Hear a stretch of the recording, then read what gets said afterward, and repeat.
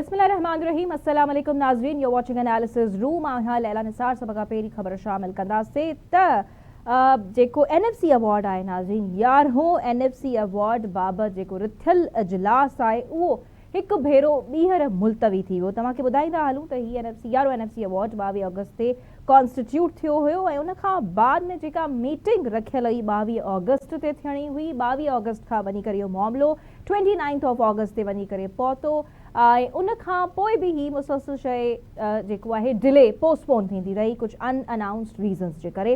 पर हाणे जॾहिं ॿीहर ही 18 नवंबर ते इजलास थियणो हुयो त इन जे पोयां कहिड़ा कारण आहिनि मुलतवी थियण जा।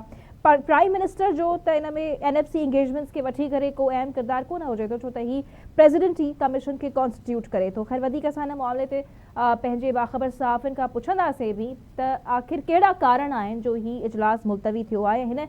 ही इजलास मुलतवी थियण सां छा को असर पइजी सघे पियो? जेके सूबनि जे शेयर जे हवाले सां तमामु ख़बरूं सर्कुलेट कनि पियूं 27 तरमीम बि अची वई आहे ऐं उन्हनि जी रिडक्शन बाबति जेके ख़बरूं सर्कुलेट कनि पियूं उन में केतिरी सदाकत आहे, इन में पॉलिटिकल बार्गेनिंग केतिरे हद ताईं हले थी। These are the questions that will put right in front of our analyst. ऐं उन खां बाबति नाज़रीन असीं डिस्कशन कंदासीं त 27वीं तरमीम त आइन जो हिसो थी वई आहे, पर जेके मकानी बिल हुजे थो या मकानी इख्तियारनि वारियूं जेके ख़बरूं सर्कुलेट कनि थियूं MQM खे छा इहा यकीन दहानी कराई वई आहे त इहे मामला 28वीं तरमीम जो इन्हनि खे हिसो बणाए वेंदो। बहरहाल सॼो बुनियादी सुवाल इहो आहे त 27वीं तरमीम त अची वई, छा हाणे 28वीं तरमीम जो बि तयारियूं कयूं वञनि थियूं, उन में केतिरी सदाकत आहे ऐं कहिड़ियूं ख़बरूं सच आहिनि इन बाबति, त इहे असां जेको आहे टेलीकेट प्रोग्राम में डिस्कस कंदासीं। ॿिए पासे राजा फैसल मुमताज़ जी जेकॾहिं नाज़रीन ॻाल्हि कयूं त हू आज़ाद कश्मीर जा नवां वज़ीर आज़म थी विया। उन्हनि वज़ीर आज़म तौरु कसम खणी वरितो आहे। तक़रीब में बिलावल भुट्टो ज़रदारी,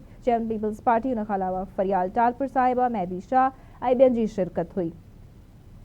सो इन बाबति सवाल इहो आहे त हाणे जेको नओं आज़ाद कश्मीर जो वज़ीर आज़म आहे, इन्हनि सां कश्मीर में सियासी इन जे अचण सां कश्मीर जे सियासी उन में इस्तेकाम ईंदो, सियासी इस्तेकाम ईंदो या नहीं, हिकिड़ो सवाल पंहिंजी जॻह ते स्टैंड करे थो।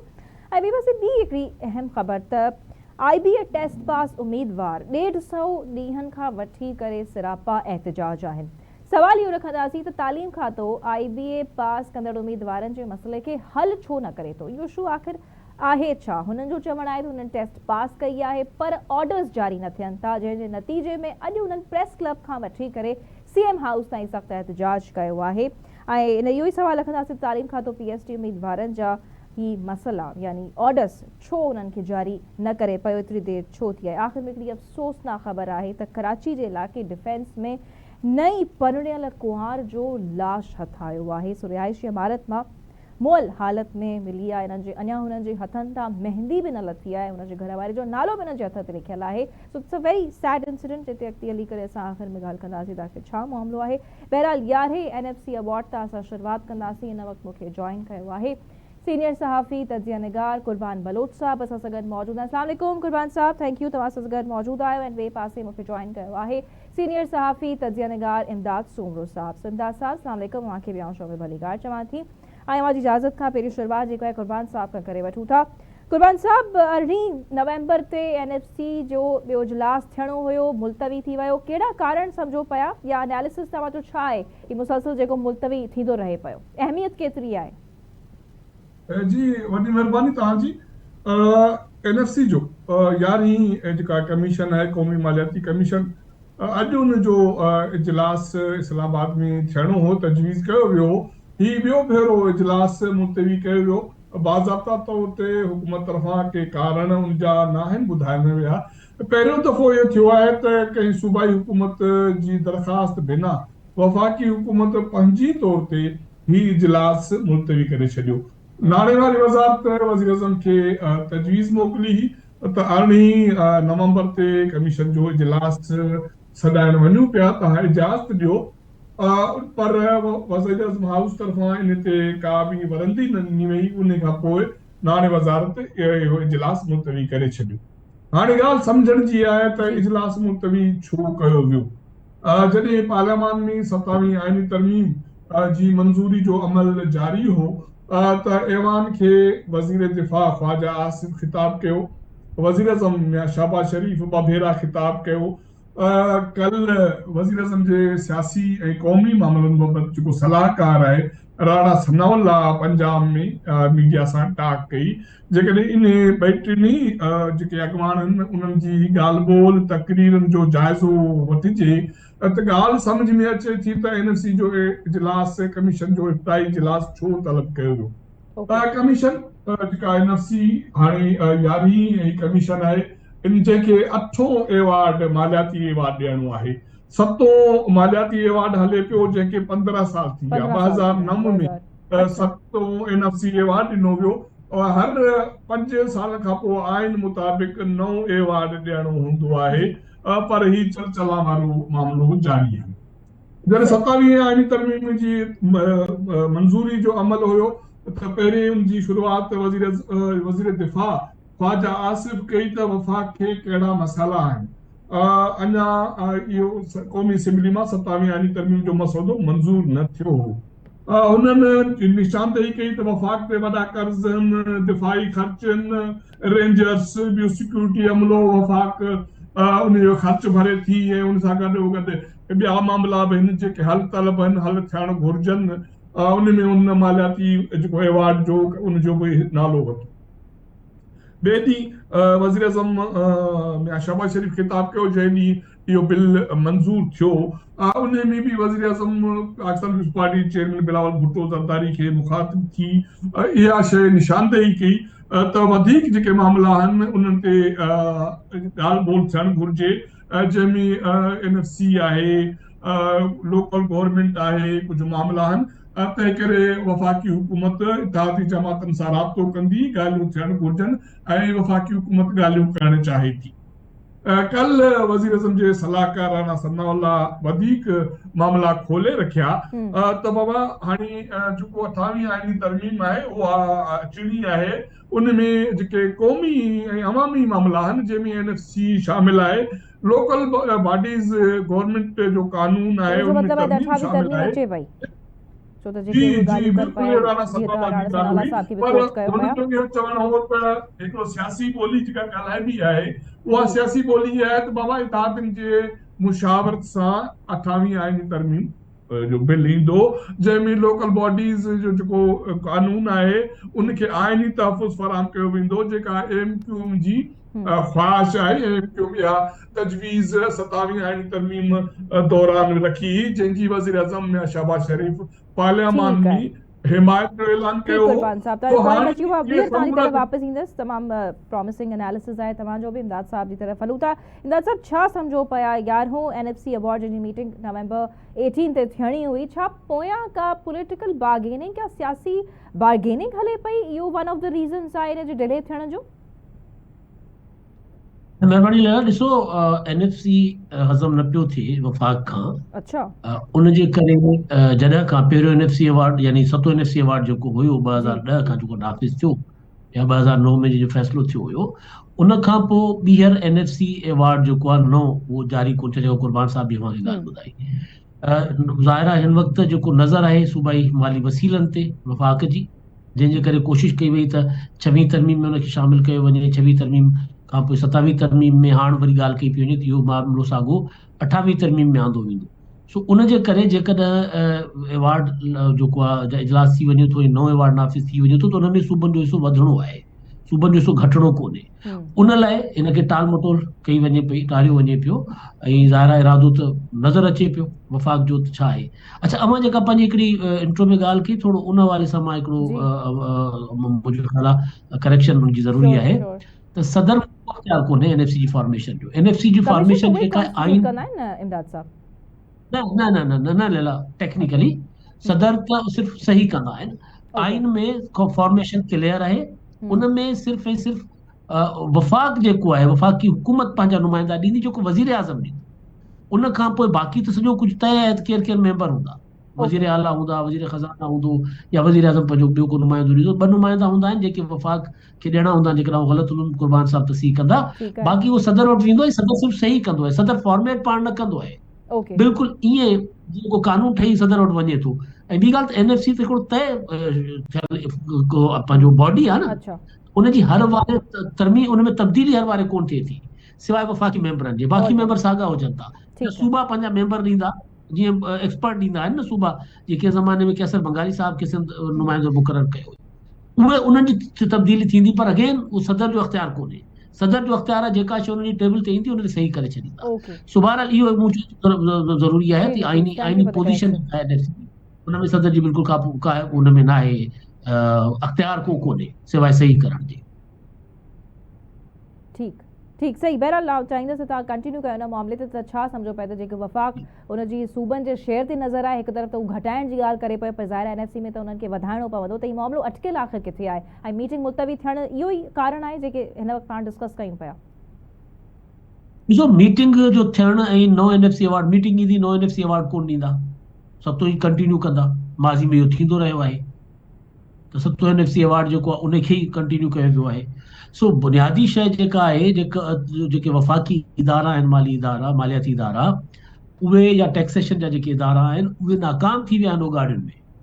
ऐं हाणे उन्हनि जी नज़रिया, छाकाणि त सूबनि कुझु बहितर पंहिंजो परफॉर्म कयो आहे सेल्स टैक्स कलेक्शन में, या जेको वफ़ाक़ खां सूबनि ॾे पैसा विया आहिनि, पंजाब हुजे सिंध हुजे, उन में किथे न किथे अरिड़हीं तरमीम खां पोइ वधीक बहितरी नज़र आई आहे NFC खां पोइ। ऐं ॿी ॻाल्हि इहा आहे त जॾहिं वफ़ाक़, सभिनी खां इम्पोर्टेंट शइ जेका आहे लैला, जॾहिं डिवॉल्व थिया आहिनि इदारा, वफ़ाक़ जी ज़िम्मेदारियूं जेके आहिनि उहे घटियूं आहिनि, त वफ़ाक़ खे वधीक पैसा छो खपनि? हाणे इहो असुलु जहिड़ो आहे। बाबा तालीम सूबनि मुकमल संभाले वरिती, सिहत सूबनि मुकमल संभाले वरिती, अमन अमान सूबनि मुकमल संभाले वरितो आहे। ॿिया सब्जेक्ट जेके आहिनि उहे हाणे रोड्स इंफ्रास्ट्रक्चर आहे, सवाइ पंजाब जे ॿिया सूबा पाण था ठाहिनि। पंजाब में बि वफ़ाक़ी हुकूमत पंहिंजी मर्ज़ी सां हुते इंफ्रास्ट्रक्चर ठाहे पियो वफ़ाक़ी हुकूमत, हाणे उनखे बि उनखां बि आहिस्ता आहिस्ता पोइ हिते हटे वफ़ाक़। सो असल शइ जेका आहे उहा नियत आहे, कूदने में फेर आहे। सो उनजे करे ॻाल्हि जेका आहे उहा हिते अचे बीहे थी, त हिननि बार बार हिनखे मुलतवी बि कंदा, ऐं कोशिशि इहा मुंहिंजो ख़्याल आहे कई वेंदी त कंहिं तरीक़े सां नेक्स्ट मीटिंग खे कॾहिं कॉल कयो वेंदो। हाणे इहो मूंखे न आहे ख़बर, रिसेंटली मुलतवी करण खां पोइ अॼु जेका डेट हुई कुझु कोन थो चई सघिजे, हिनखे ईअं ई टारियो वेंदो, बि त नेक्स्ट मीटिंग थी सघे थो थी वञे, पर नओं अवार्ड कोन ईंदो। फार्मूला 7 अवार्ड तइ थी सॼियूं शयूं जेके उन कंटिन्यू कयूं बाबा, ये माज़ी में थी वञे, मूंखे लॻे थो। ठीक ठीक। अच्छा इमदाद साहब, 28वीं तरमीम जूं ॻाल्हियूं हलनि पियूं, जीअं थोड़ी देरि अॻु में कुर्बान साहब हिन में ऐड कयो पए, छा वफ़ाक़ी हुकूमत के प्रोमिसिस के आसरा ॾिना आहिनि कुझु पार्टीज़ खे या सियासतदारनि खे, त जेके शयूं हाणे असां कोन मञियूंसीं उहे ईंदड़ 28वीं तरमीम में तव्हांजूं मञियूं वेंदियूं? इहे एतिरियूं शयूं छो थियूं सर्कुलेट कनि? ऐं वज़ीर आज़म जे सलाहकार राणा सनवाला साहब जो बि हवालो अॻे में असांखे कुर्बान साहब ॾेई चुका आहिनि। What is your analysis? ॾिसो, ही जून जुलाई खां पोइ शायदि 28वीं तरमीम अचे, फौरी कोन ईंदी, पर हुन में यकीनन जेको मसला आहिनि, इलेक्शन कमीशन वारो मामिलो जेको आहे उहो न 27वीं तरमीम जो हिसो हुयो, पर हुन ते लेजिस्लेशन कोन थी सघी, तरमीम कोन थी सघी। उन खां सवाइ जेको ड्यूल नेशनलिटी वारो मामिलो ब्यूरोक्रेट्स लाइ, हुननि लाइ उहो मामिलो, उन ते बि कुझु कोन थियो, उनखे बि जेको आहे पेंड कयो वियो। उन खां सवाइ मुतहदा क़ौमी मूवमेंट खे पहिरियों 26वीं तरमीम में आसरो ॾिनो वियो, त बाबा तव्हांजो जेको बलदियाती कानून आहे या जेको तव्हां तरमीमूं चाहियो था उहे 27वीं तरमीम में कंदासीं। 27वीं तरमीम में वरी उन्हनि खे टारियो वियो। हाणे इहो जेको बेसिकली 28वीं तरमीम जेका आहे उहो मुतहदा खे बि थोरो खेॾाइण लाइ कयो वञे पियो, पर कोशिशि इहा कई पई वञे त कंहिं तरीक़े सां NFC वारे मामले ते जेको आहे को कॉम्प्रोमाइज़ कराए कुझु हासिल कजे, पर मूंखे नथो लॻे 28वीं तरमीम अचे, 29 अचे या 30 अचे। जेकॾहिं सेटअप ही रहे थो त इन सेटअप में NFC वारो मामिलो ही कोन छॾे सघंदा। हुकूमत या एस्टेब्लिशमेंट जी ख़्वाहिश आहे त कंहिं तरीक़े सां NFC में तब्दीली आंदी वञे, बाक़ी ॿियनि सभिनी खे उन जे हिसे मुताबिक़ जेको शइ करण जे लाइ छा आइन में तरमीम करण ज़रूरी आहे? छो त काफ़ी एनालिस्ट जो इहो बि ख़्याल आहे त उहो त बग़ैर बि थी सघे पई। छा तव्हां सम्झो पिया त पार्टीज़ कॉम्प्रोमाइज़ करे सघनि? न, उहे ग़लति था चवनि, उनखे आइन कोन्हे पढ़ियल। आइन में वाज़े लिखियल आहे त NFC अवार्ड में, हर नए NFC अवार्ड में सूबनि जो हिसो वधाए सघे, घटाए नथो सघे। जेकॾहिं फ़र्ज़ु कयो वधाइणो न आहे त जेको मौजूदु आहे उनखे बरक़रार रखिणो आहे।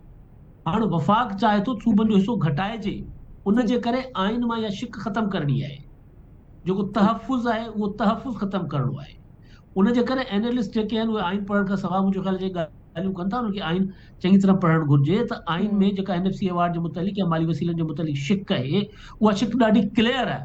उन में बिल्कुलु हिकिड़ो त आहे त वज़ीर आज़म जी सवाबदी जी इख़्तियार आहे फंड सूबनि खे कीअं थो ॾिए, ॿियो आहे सूबनि में जेको विच जोगे पोल में जी विरासत जेका आहे वफ़ाक़ी पोल जी उन में क्लियर लिखियल आहे सही ओवरशिक में हाँ त कुछ बाबा तनकीद है उहो कुछ हर कॉम्प्रोमाइज़ करण जे हवाले सां इहे ॻाल्हियूं अचनि पियूं। कुर्बान साहब आख़िरी कॉमेंट तव्हां खां वठणु चाहींदसि एनएफसी जे मामले ते जेकॾहिं हिन जी सही सां विर्छ न थिए थी त सूबनि में केतिरे हद ताईं महरूमी वधी सघे थी ऐं हीउ तव्हांखे मामिलो किथे अटकियल नज़र अचे पियो?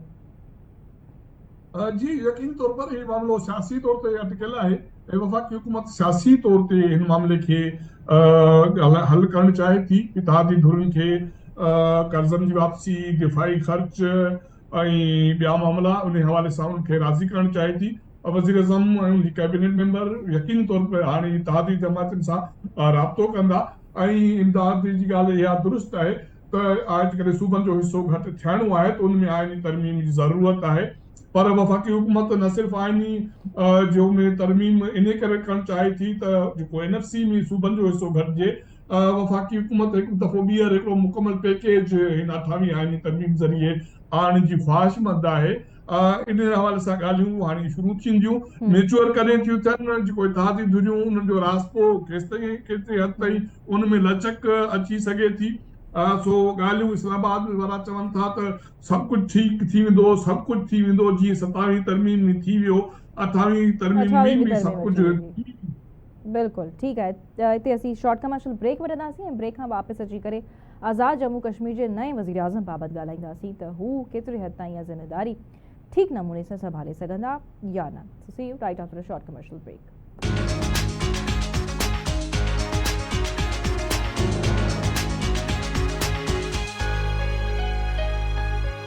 वेलकम बैक नाज़रीन। हाणे असां हिकिड़े इंपॉर्टेंट टॉपिक ते ॻाल्हाईंदासीं। जेके IBA टेस्ट पास कंदड़ उम्मीदवार आहिनि उहे 150 ॾींहंनि खां सिरापा एहतजाज आहिनि। वधीक तफ़सील सां शहज़ाद जलवाणी पंहिंजे रिपोर्टर खां वठी वठूं था। जी शहज़ाद, तालीम खाते मां को ऑफिसर मिनिस्टर जी का मुलाक़ात थी आहे, उहे छा चवनि था हिन बाबति, छो त हीउ मुसलसल सिरापा एहतजाज आहिनि, आए ॾींहं असां हिननि खे कवर कयूं पिया। हज़ार माण्हू जेके आहिनि उहे रहिजी विया हुया त हिननि जो जेको हींअर स्टांस आहे उहो इहो आहे त जॾहिं त हुकूमत काबीना बि इहो फ़ैसिलो कयो त 40 खां मथे वारनि खे सभिनी खे भर्ती कयो वेंदो ऐं हाई कोर्ट बि हुकुम ॾिनो त हिननि खे जंगी बुनियाद ते भर्ती कयो वञे। एनी हाउ हिननि खे भर्ती कयो वञे। 40+ आहिनि। जॾहिं हार्ड एरिया में 32-33 मार्कनि वारा जेके आहिनि उहे मास्टर भर्ती थी सघंदा त पोइ ही छो न। जॾहिं इहो तालीम वारे वज़ीर सां मुंहिंजो इंटरव्यू हुयो त इंटरव्यू में मूं इन्हनि लाइ सवाल कयो त हिननि जो हक़ थिए थो त उन ते बि इहो जवाबु ॾिनो मिनिस्टर त जेके सभु पास थींदड़ सभिनी खे असां नथा खणी सघूं, असां वटि जेके वेकेंसियूं आहिनि उन मुताबिक़ असां भर्ती कंदासीं ऐं उनखां वधीक हिकिड़ो माण्हू भर्ती नथा करे सघूं। त इहो हुकूमत पारां इहो जवाबु ॾिनो वियो आहे। अञा ताईं इहो जवाबु हिननि खे ॾिनो थो वञे जेकी ज़रूरत हुई। ठीकु आहे, यानी कारण इहो आहे त वैकेंसीज़ अवेलेबल न आहिनि, इन जे करे उन्हनि खे फ़िलहाल कोन उहो अपॉइंट कनि पिया, ऑर्डर्स जारी न कया आहिनि हिन जे करे। इमदाद साहब जी तरफ़ हलंदासीं। इमदाद साहब, शहज़ाद असां सां तफ़सील शेयर कया जेके IBA टेस्ट पास कंदड़ उम्मीदवार आहिनि, छो त गवर्नमेंट जो मौक़िफ़ आहे त फ़िलहाल हुननि वटि वैकेंसीज़ कोन आहिनि, पर ही मुसलसिल एहतजाज कंदा अचनि पिया। छा गवर्नमेंट जो फेलियर आहे त हिननि खे कैंडिडेट्स खे कॉन्फिडेंस में न वठी सघे पई, या हिननि खे ॻाल्हि सम्झ में न अचे थी? कंहिंजो ॾोह नज़र अचे पियो तव्हांखे? हालात ॾिसो, लॉजिक आहे त जेकॾहिं 100 वैकेंसियूं अनाउंस कयूं वञनि थियूं उन जे अगेंस्ट जेकॾहिं 200 ॿार पास थियनि था त उन्हनि में जेके पहिरियां 100 आहिनि उन्हनि खे नौकिरी मिलंदी आहे। पास त वधीक था थियनि। हाणे हिकिड़ो क्राइटेरिया पास थियण जो फेल थियण जो हिकिड़ो अलॻि आहे, पर कंहिं यूनिवर्सिटी में या मेडिकल यूनिवर्सिटी में या कंहिं जॉब लाइ पब्लिक सर्विस कमीशन लाइ इहो त कोन थींदो आहे त ॿार नाकाम थी विया आहिनि, फेल थी विया आहिनि। पर असुल इहो हूंदो आहे त जेको कॉम्पिटिशन में उसूल इहो आहे त जेके जॉब्स आहिनि उन जॉब्स में जेके टॉपर आहिनि उनखे जॉब्स मिलंदियूं, जेतिरियूं जॉब्स आहिनि।